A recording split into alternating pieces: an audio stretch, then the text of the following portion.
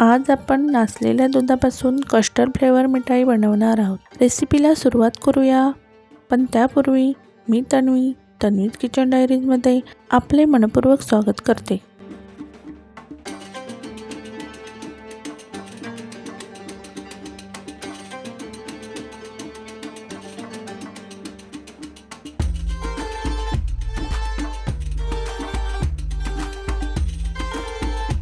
सर्वप्रथम नासलेले दूध एका मोठ्या गाळणीने गाळून एक वेळा पाण्याने धुवून घेऊया व साईडला ठेवूया। येथे मी 4-5 काजू, 4-5 बदाम, 4 ते 5 पिस्ता कट करून घेत आहे।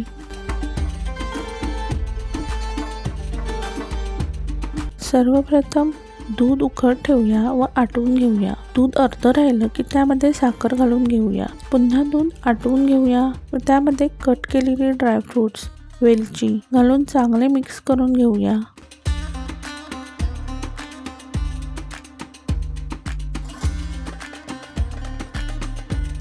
रबडी तयार झाली की एका भांड्यामध्ये काढून ठेवूया।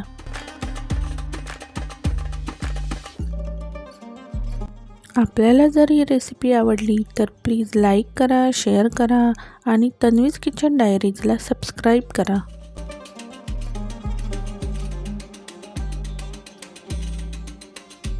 आता त्याच पॅनमध्ये गाळून घेतलेला छेना घेऊन मेल्ट करून घेऊया। घट्ट जर वाटला तर पाव कप दूध ॲड करावे व चांगले शिजवून घ्यायचं आहे।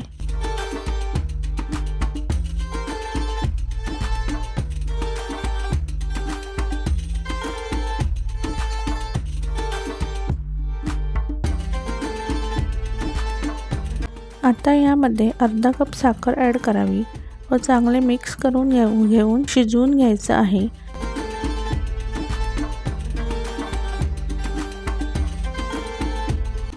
आता यामध्ये 2 चमचे कस्टर्ड पावडर ॲड करावी व चांगली मिक्स करून घ्यावी। 4 ते 5 मिनिटं शिजवून घ्यावी।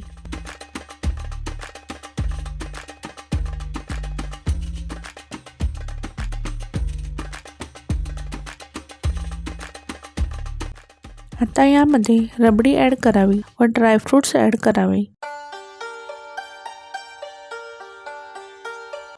हे मिश्रण मिक्स करावे, याचा एकत्र गोळा होईपर्यंत शिजवून घ्यावे।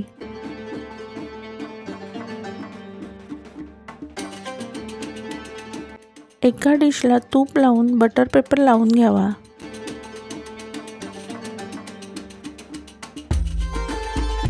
यामध्ये हे मिश्रण घ्यावे, स्प्रेड करावे, वरून थोडीशी रबडी स्प्रेड करावी, त्यावर केशर, ड्रायफ्रुट्स घालून सजवावी।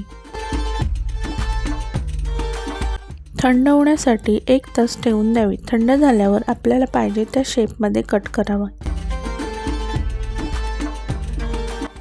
अशा नवनवीन रेसिपींसह पुन्हा भेटूच। Thanks for watching.